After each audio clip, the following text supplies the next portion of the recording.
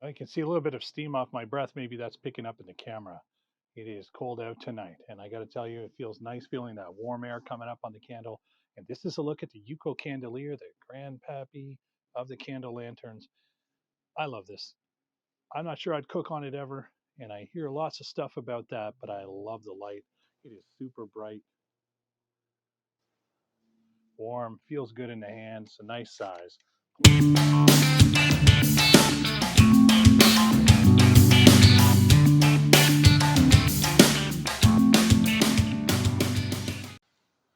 It's daytime. We're in the big backyard, and it is cool out, just like the other night. I just did this in the daytime so we can have a better look at the UCO Candalier. And every time I've gotten it, I've mentioned this before, the box is open, things are messed with. I don't know what's up with customs and lanterns. I'm going to take it out of the box. The box is one of those less is more affairs in Amazon. I don't know what's up with you folks. I didn't even ship it in a box. I just stuck my label on the back here. And yeah, somebody came running over the laneway, hopped over the ditch first, and then chucked this on the deck. Like, that's glass, guys. Anyway, a little bit of a rant for that. I'm going to go quick because the fingers are cold. Maybe this can warm it up. It's kind of your jumbo version, or grandpappy, as I called it, of the UCO original. So here it is. I mean, pretty simple. The globe in here, if you have a look, is not going to slide out easily. There's going to be, I just got to feel for it because I can't see it, little grooves in here that the glass just sets on. So you're not sliding that up and down to light it, which you could do with the UCO original. I'll set that to the side. Looking at this, it is identical to the original UCO as far as the sleeves are little bullet things. They're on there. You got to twist them in, untwist it. You got a little spring here going on, ready to pop that up. And kind of a beer cap or bottle cap type metal arrangement here, just like the original, even down to the window. And you're not going to be able to use these windows on this globe. There's nowhere to see that. So this is definitely just parts from the other lanterns just to keep them standardized, the spring and this piece as well. And you'll see here when we look at it, this is kind of threaded in there. There's a little notch that sits in, so just leave that there. I want to slide this back on. This is the piece that the spring is going to push up against to slide that candle up as it burns. So remember, you're not burning the candle down and then the light is less because it's not inside of the glass area and instead underneath where the aluminum is. This candle is just going to slide up as it burns. So pop that in there, put the little cap back on here. I'm going to tip this sideways just so it doesn't go flying everywhere or get some weird spring action. Get that on there. So gotta get it into the groove, a little fiddly, and when your hands are cold, I find I have less patience. Probably should wear gloves, but with the little fiddly things, sometimes it's hard to wear gloves. I've yet to find a great pair of light gloves that I love. Some stuff, even when it's cold out, I'm going to get my hands out for a few minutes, then warm them up after. What I'm looking for is little notches in the bottom here.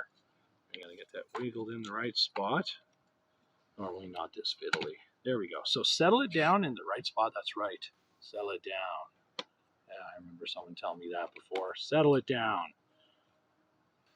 Settle it down so it's settled down into the groove and twist it on there, and they're all on there. I'm not going to take all three of them off. A bit of a pet peeve for me, and I didn't say this in my other lantern video for the UCO original, is I would love to see this metal. So maybe aluminum, guys, instead of plastic. I'm not sure why you would need that, but I kind of like that feel of the all metal. The plastic is rugged. I'm not sure how it'll handle in the cold right now, but it doesn't seem brittle. It's good and thick. We get a chance to hear some of my neighbors here. This is what happens when you're backyard bushcrafting. And that would pop back in there, and we would put that back in the notches and twist. But before that, I want to light it up. I know we've seen it at the nighttime, and I probably need at least 3 matches here. We'll see. So a little bit of a breeze. There always seems to be a breeze in the backyard, so we'll strike that match. And just a little practice for that because, again, when you're cold and in a hurry, it can be fun. There we go. Oh, I put it out all on my own, so I'm see. And just because I thought I didn't drag it enough. There we go. Let it catch a little. Pop that down. Over where the wick is. The timing, got the aircraft above us. Every time I do a video, there's a few of them that fly over. I think it's a plot. They're out to get me. Darn the government. Damn the man. Oh, that one ended up burning out. In adverse conditions, I'm going to have to cup that. I hate doing that. I have the camera to rethink my shooting angle because generally the wind is coming from a direction that if I cup it, you know what? It's going to be from a direction that I'm going to block it off. Let's see if we can get candle going. Come on, candle. You can do it. We don't need to use these guys. We don't. All right. Saved a couple matches. Used a few more. I'm not really about the technique here, but I wanted to light it up so you can have a look in there. And when we put the globe down, and you'll see this at nighttime for sure, it is so much more brilliant. But once you protect that flame, and you get the proper airflow from the chimney effect. So hold on, I'm gonna find the little groove and twist it. And you can kind of hear that pop, and there it is. That way it doesn't fall out. Now, not super brilliant. It's about 3 o'clock in the afternoon, so starting to get a little gray out over here, but also overcast. But certainly, it's not dark enough to appreciate the marvelous glow you get off of this. But I think I'm going to warm myself by the candle lantern. I can feel the warmth out about, I'd say 10 to 15 centimeters or 4 to 6 inches. It's just cool enough out here now that it's not going to warm my face super well. So you wouldn't sit this at a table and have everyone sitting around it to get warm. It's not like a tent heater. I believe they claim it's around 5,000 BTU, about 1,800 per candle. I don't know if in this combination here, in this space, that would be the case. I do like it's a nice straight burn on those candles now, and I can feel that it's warming around the air area. The actual glass itself is only a bit warm. The aluminum itself is cold, so I'm not going to worry about burning myself there. But I bet you touch that top, and I've warned people, don't do that. But oh my goodness, at about -2, that feels nice on the hands. I get all serious now once I start to get warmed up. And I feel better in my soul with a little flickering flame when it's cold out. Of course, a nice fire, a wood stove. Yeah, having something with a fireplace and that crackle, that's magical. But here we at least get the flicker, a little bit of light here, and of course the nighttime. What a marvelous glow, as I mentioned earlier.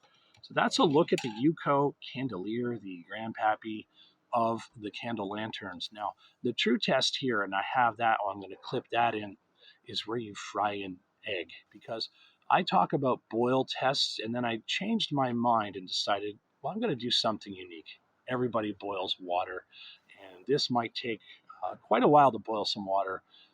Let's fry an egg. Why not? So when I do stove tests, I'll probably cook something from now on instead of just boiling water. I don't actually do a lot of water meals. Yes, I have a lot of coffee and hot chocolate. But if I'm going to be cooking, I like to get some substantial food, and I like to do a little bit of mixing things up. So as far as the, not the foil foods, but those pouches where you add water and boil, that's not how I typically camp right now. And I have done some dehydrated. So gonna try frying an egg just to be different. And this is slick. The top of this, there is no traction on here or grip or a pot stand. And maybe there's something I can do to modify that, but that's gonna be a bit of a concern here. Now, I'm gonna blow this out and we'll move over to the frying test where I'll have relit that and got the egg going. Pretty easy to blow out if you go straight in there. All right, let's go get an egg fried. Went and grabbed a small skillet here, and just heats up on both sides so I can flip it. I'm gonna put some butter on that, margarine actually, basil to be specific. Probably don't need that much. This is supposed to be no stick, but no stick. It's supposed to be no stick, but I never believe it. Let's just put it on here, and so it's a little slippery. So if you were to heat something on this, just bear that in mind. Probably could do something on the sides.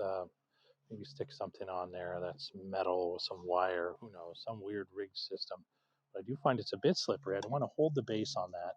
And this is a pretty slick pan. So if you had one of those pans that had some rings for traction, that might be helpful. Just got to be careful with it. You want a level surface. You have that candle going on there. Have a look in here. And it's slowly melting the butter. What I want to do I'm just going to put this down for a second. I actually want to break the egg on there so I don't knock this over and all that stuff. So I'll take my egg, get cracking. I think there was commercials for that from farmers back in the old days. I'll set this off to the side to get some leaves or something to wipe my fingers, but let's have a look in here. So I'm going to put that on there. I think we're going to focus up a little higher so we can look down at the egg and see if it's frying. So for those that wonder how hot does that get, going slow. We'll put the lid back down. Have a listen here. It's actually kind of a sizzly sound. Not really doing too much though right now. Good 15 minutes now it's been cooking away here. And this time around we got some steam out of there. Probably ready to flip unless you like it sunny side up. But that's a long time for an egg. Now, if you aren't really doing anything anyway, and you felt comfortable leaving that there, that's slick as heck. Fine. That's okay to wait that long. We'll see how long it takes to cook the other side. I think now that it's heated up, the pan's a lot hotter now, and it is 2 degrees outside. It took a little bit to cook, but I don't want to wait that long for my eggs. So I'm not going to cook on this. I think maybe in the summer, I think we could heat some hot chocolate, boiling water. Oof, it's going to take a long, long time. So I did this so people have an idea of whether this is a viable stove. I don't think so. Is it going to heat your tent? I think it will. Is it going to be like one of those tent heaters from the old days? Not at all. I'll be right back. We'll check it in a minute. Okay, so I'm getting impatient. Been another minute or two. I flipped over the other side, so sort of stuck on there now. Give it a flip. So we got the spatula. Let's open that up. You can see it sort of stuck to the top. That was supposed to be no stick, but you know, that's how things are sometimes. I would say runny as heck, but I think it's eatable. Got a lot of base cell in there still. So should have wiped that on this side. Still going to be easy to clean up. Can we cook an egg? Well, yes. Is it viable?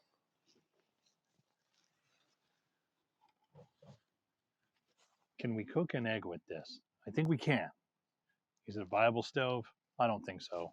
I think that will warm up a really small area just to take the edge off, just like these single candles do.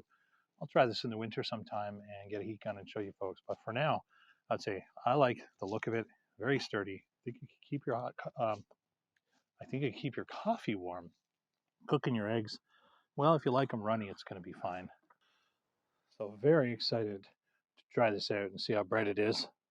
The Candalier, 3 candles, right? So we're going to open it up, much like you would a regular UCO. Now in this case, you could light from the bottom, but we can't slide the glass down and light it. I'm okay with that. And a little bit cold today. That should light a little faster now that there's wax that's burnt off the candle. So we've got one so far. We can do all 3. And you could just decide how much light you want. Blind guy lighting, so it takes a second. And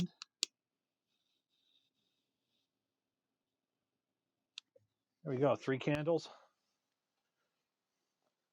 Nothing special yet. I love the look of candles, though. I like to watch that dance. So even without the globe on it, I'm going to pop the globe on, and then we're going to turn off the light. See how that looks. Let's pop this on. So on goes the chimney and windshield. Okay. And remember, do not touch the top of that one, so that's running. I'm going to pick it up for a second. Just want to make sure that's screwed down so we don't lose all our candles. Oh, that's looking so nice. I love that. Really lighting up my hand nicely. But I'm going to turn off, because that's actually a pretty good amount of light. Harder to tell, though, with the front deck light on. So I'm going to turn that off. So it's not pitch black out here because we've got a street light over to the side, but this is giving off a nice amount of light. So if you're on a picnic table, I'll just put that to the edge there. I think you got plenty of light. You could read by that. I don't know if that's easy to tell or not. You could definitely play some cards here. that'd be a lot of fun. I'm going to hold that up. The sides actually don't get super hot. It's that top that's going to get hot. And definitely, that is such a nice glow. I love how bright that is. And really makes a big difference, I find, in the brightness when you pop on the globe, which gives you that air in the bottom, forces that cooler air up, burns off, and it is warming up here now, and then comes at the top. And you can feel a little warmth there. And you can remember the fried egg test that we just did. I don't know that I'd cook on that, but it definitely keep my drink warm. So there it is, all lit up. I'm loving it. So video that's next up is going to be a comparison of all the candle lanterns I have. We'll put them on display, the singles, budget stuff, UCO Mini, UCO Original, the Candalier here, and I may have one more secret extra special lantern to show off. Thanks for coming to the channel. I hope you enjoyed this. I hope you love the flicker and glow of the candle lantern as well. I think this can still work at camp. Gives a really nice warmth and ambiance, a real magic to a fire for lighting.